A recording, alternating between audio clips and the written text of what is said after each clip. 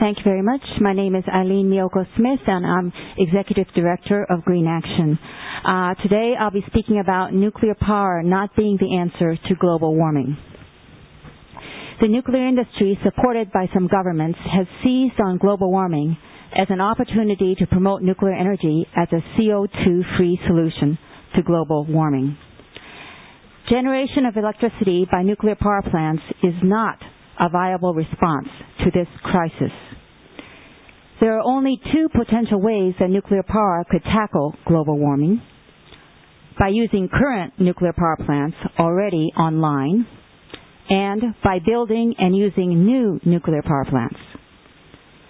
The industry scenario is fundamentally flawed because current nuclear power plants are aging. They are going to require more maintenance and will break down more often. Many of them will be shut down. They won't be around to fight global warming.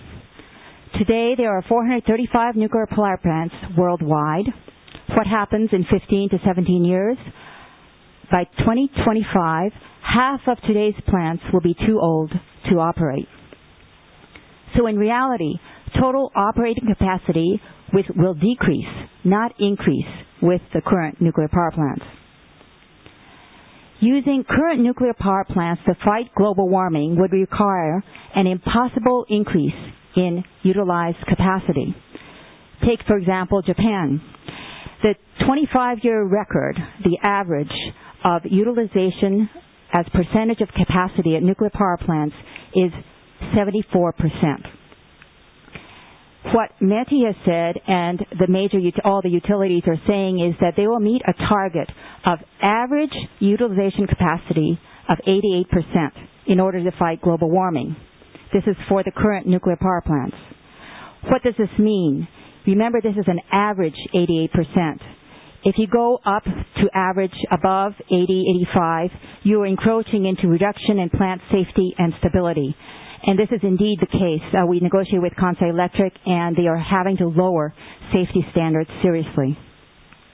So 88% utilization capacity target is unrealistic. For example, look at the recent track record for utilized nuclear capacity at Japan's largest electric utility, Tokyo Electric. Of course, the utility has the worst record of recent years. You can see here that in 2003, capacity went down to 26.3% because of data falsification scandal. And again in 2007, last year, down to 44.5%. That's utilization of capacity at the nuclear power plants. This is because of the earthquake at the Kashiwazaki-Kariwa reactors. Nuclear power is therefore unreliable for fighting global warming because scandals, earthquakes, and accidents can shut down numerous plants simultaneously. Of course, other facilities do shut down, but they don't go down in huge numbers all at once. When one of these problems occurs without sustainable alternative energy sources, fossil fuel plants must kick in, spiking greenhouse gas emissions, as happened in 2007 with the Kashiwazaki-Kariwa site having an earthquake. So for centralized large systems like nuclear generation, utilities must install a reserve margin of extra capacity ready for instant use. For example, in Japan, every new nuclear power plant requires additional fossil fuel fire capacity. Nuclear power plants and fossil fuel plants come in tandem. This is a very important thing to keep in mind. So what about new nuclear power plants coming online, being planned and built? The problem with that is that construction of nuclear power plants takes a long time. At least a decade is required from drawing board to electricity production. So over the next decade, there will be zero, I repeat, zero additional contribution from nuclear power plants that are new, that are being planned and then constructed and going online. They will not contribute at all in this decade when we have to fight global warming. Nuclear power has been condemned on the following common sense grounds: that it is very costly. New nuclear power is so costly that shifting a dollar or euro from nuclear to efficiency protects the climate 4 to 7 times more than shifting the same dollar euro of spending from coal to nuclear. Nuclear power will make global warming worse. Why?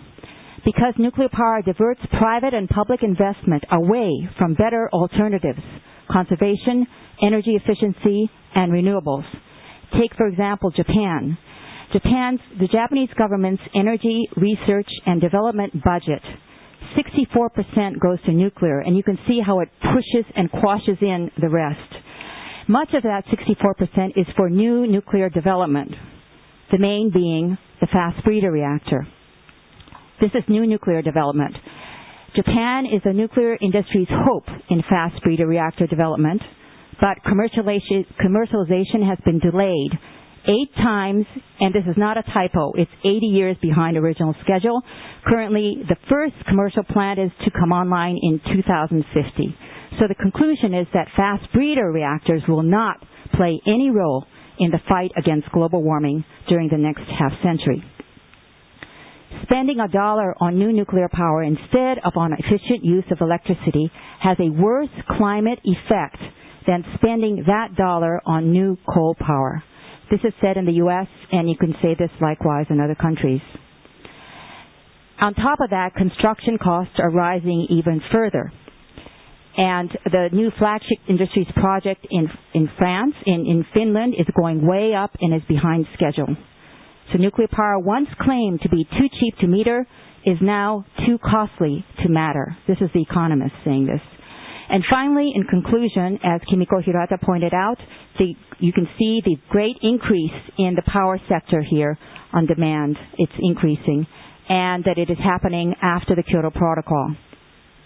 Nuclear power is not the answer to global warming. It only creates an illusion, a very dangerous illusion. The answer is reducing energy demand through conservation efficiency and promoting renewables. Thank you very much.